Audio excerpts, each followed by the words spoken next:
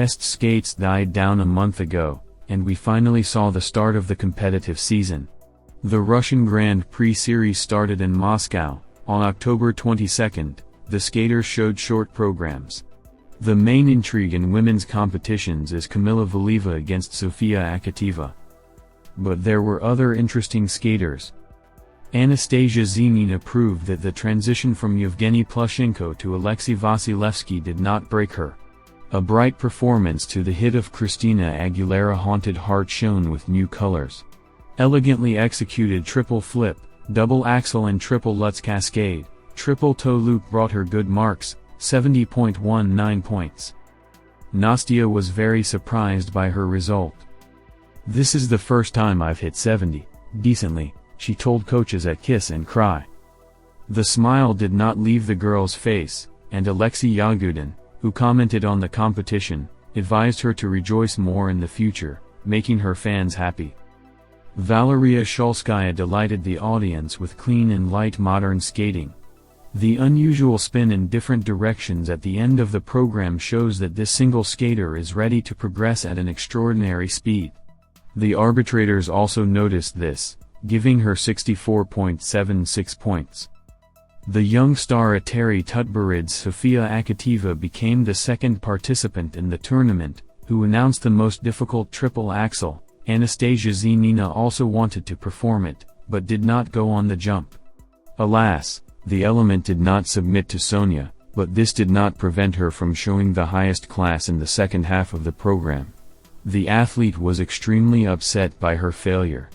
At the exit from the rink, Akatieva barely held back her tears, but she was quickly brought to her senses by the strict but fair criticism of the coach. "I was just unsure, even according to the drawing it went wrong." "Why is that?" Eteri Tutberidze asked and continued to analyze the mistakes. In Kiss and Cray, Sonia already noticeably cheered up, and Eteri Georgievna smiled. The figure skater scored 72.70 points for her rental. The performances of Kamila Valieva were awaited with great impatience, and finally it was time to enjoy the work of art performed by the student Eteri Tutberidze. Due to a back injury, the athlete cannot yet afford to risk with Ultra C elements, so she abandoned the triple axel, making only 2.5 rotations. All other jumps were also done cleanly, but this is not the main thing. The space production has become even more spectacular. The long and hard work of the figure skater on the choreography is visible. "You're the best," the fans exclaimed, while Eteri Tutberidze could hardly hold back a smile full of pride in her student. 83.92 points. This is how much Kamila scored according to the results of the short program, taking a confident leading position. The doping scandal involving Kamila Valieva is nearing its end. The Russian agency Ruzeta completed its investigation of the case back in mid-September and should make a decision soon. However, the public will not be notified of the outcome of the hearings. In order to protect the minor figure skater, the organization, guided by Clause 4.1 of the International Standard for Results Management, decided, all processes and procedures related to the Russian skater will be confidential.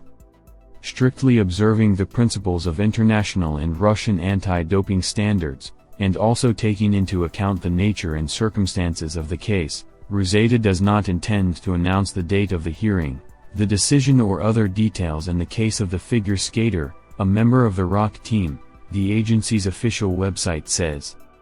What exactly this means, sports lawyers explained. So, according to Anna Anselievich, the outcome of the lawsuit will remain a mystery to the fans, but not to WADA, ISU and the IOC. They have the right to challenge Ruzeta's verdict, but CAS will still maintain secrecy in this case. Spectators will be able to judge the outcome of the case by external signs, the revision of the results of international tournaments, including the Olympic Games, or the absence of a girl in competitions. The question here is not the interest of their side, but the protection of the rights of the child. The only one who can say, "I want this to be published," she and her legal representatives, Anselievich explained to Match TV. She stressed that in the case of underage athletes, anti-doping cases are almost always encrypted. But the situation with Valieva stands out from the general series, since suspicions against her were reported almost immediately.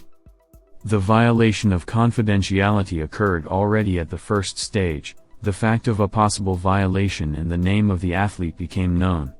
Now it is quite difficult to fully comply with all the confidentiality requirements of the World Anti-Doping Code, since they have already been violated, Anselievich added.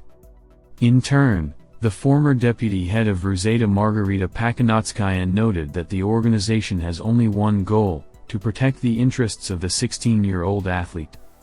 Valieva belongs to the category of a protected person. All her rights are respected. This is the direct responsibility of Ruseta. The agency has the right not to publish the decision on the case because the athlete is a minor. How to find out about it? Only if she herself or her representative wants to report it. Ruseta's verdict will be revealed to the athlete, the international and Russian figure skating federations, WADA and, possibly, the ROK is the team that Valieva represented at the Olympics, the lawyer emphasized. At the same time, Vera Tikhanova, a member of the Disciplinary Anti-Doping Committee, DAK, announced at the end of September that the verdict on the skater would be delivered behind closed doors. Ruseta completed the investigation in mid-September and no new details have emerged since. The head of the anti-doping agency, Veronika Lajanova, noted that the end should be set in October. The agency is processing the results. We cannot name the exact date of the announcement. Approximately in October. DOC will set a hearing date. Now there is a process of coordination with the representatives of the athlete, as they have the right to be present at the meeting. I can say that the information circulating in the press that the required number of DAC members for hearings is not found is unreliable. Has the B sample been opened? Ruseta did not request an autopsy, Lajanova said. But according to sports journalist Andrei Mikov, who cites unnamed sources, the organization has collected enough evidence of Valieva's guilt. Allegedly, we are even talking about the presence of aggravating circumstances. He believes that the DOC members are playing for time, as they find themselves in an extremely difficult situation. They will be punished, a disqualification followed by deprivation of gold in the team tournament. They will be subjected to the most severe obstruction. Justified, at the request of WADA, the IOC or the ISU, the case will go to the jurisdiction of the CAS, where it will most likely be reviewed, Mikov wrote on September 21. Anyway, the decision of Ruseta to transfer the figure skater's case to the category of completely confidential was received positively in Russia. For example, the honored coach of the country Tatyana Tarasova said that this would be the best option for the athlete herself. I think that, if we talk about justice, it should have been closed a long time ago. Everything else is half measures, the TASS specialist quotes. Olympic champion Tatyana Andreevna agreed with her. Ruseta is doing the right thing so as not to cause unnecessary stress to Kamila, so that she can keep her nerves and can live and train in peace, so that she is left alone until a decision is made, Andreevna noted. The president of Samba 70, Renat Layashev, spoke in a similar vein. In his opinion, the most important thing for Kamila now is to save energy.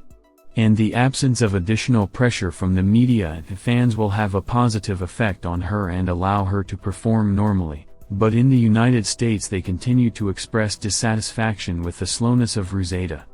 Back in September, the head of the American Anti-Doping Agency, USADA, Travis Tygart, and the CEO of the U.S. National Olympic Committee, Sarah Hirshland, expressed concern that it would take too long to wait for the final verdict.